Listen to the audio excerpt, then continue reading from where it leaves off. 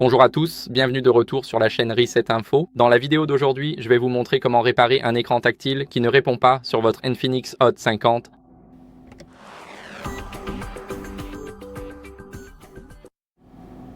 Alors, tout d'abord, ce que vous devez faire, c'est retirer le protège-écran ou la coque. Et laissez-moi vous expliquer pourquoi. En gros, chaque fois que votre protège-écran n'est pas parfaitement appliqué sur l'écran et qu'il déborde sur les bords du téléphone, laissant donc ce côté non couvert, il peut simplement se passer ceci.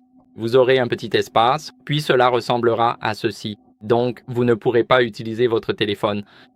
Et c'est clairement ce que nous ne voulons pas. Comme vous pouvez le voir, il est complètement figé. Je veux dire, il fait ça parce que je le tiens avec un doigt. Mais c'est essentiellement ce qui se passerait. Maintenant, en ce qui concerne la coque, si elle ne s'arrête pas au niveau de la bordure, donc ces côtés sombres entre l'écran et la coque, alors que se passe-t-il? Si cela touche votre écran, la même chose se produira et vous ne pourrez pas utiliser votre téléphone, il perdra sa réactivité. Pas forcément beaucoup ou très peu, c'est totalement aléatoire, cela dépend de la situation dans laquelle vous vous trouvez ici. Donc, retirez ces deux éléments si c'est ce qui se passe. Ensuite, ce que vous devez faire, c'est nettoyer votre écran avec un chiffon en microfibre. J'ai justement un chiffon ici, assurez-vous qu'il soit propre. Maintenant, passez simplement quelques coups pour enlever toute la poussière, les débris et les traces de doigts. Donc les traces de doigts sont un petit bonus ici. Maintenant, il est complètement propre. Et ce que vous devez faire ensuite, c'est aller redémarrer votre téléphone. Cela va rafraîchir tout le système. Maintenez simplement le bouton d'alimentation enfoncé et maintenez-le à nouveau rapidement. Vous devez le maintenir pendant 2 secondes et demie.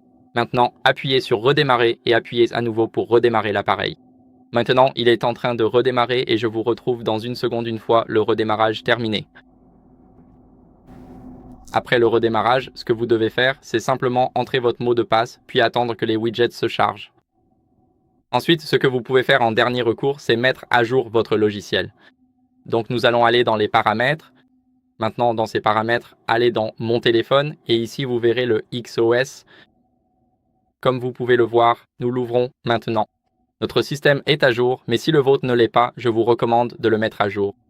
Il est très important de rester à jour avec la dernière version de votre logiciel, car cela élimine le risque d'avoir des problèmes embêtants comme celui-ci.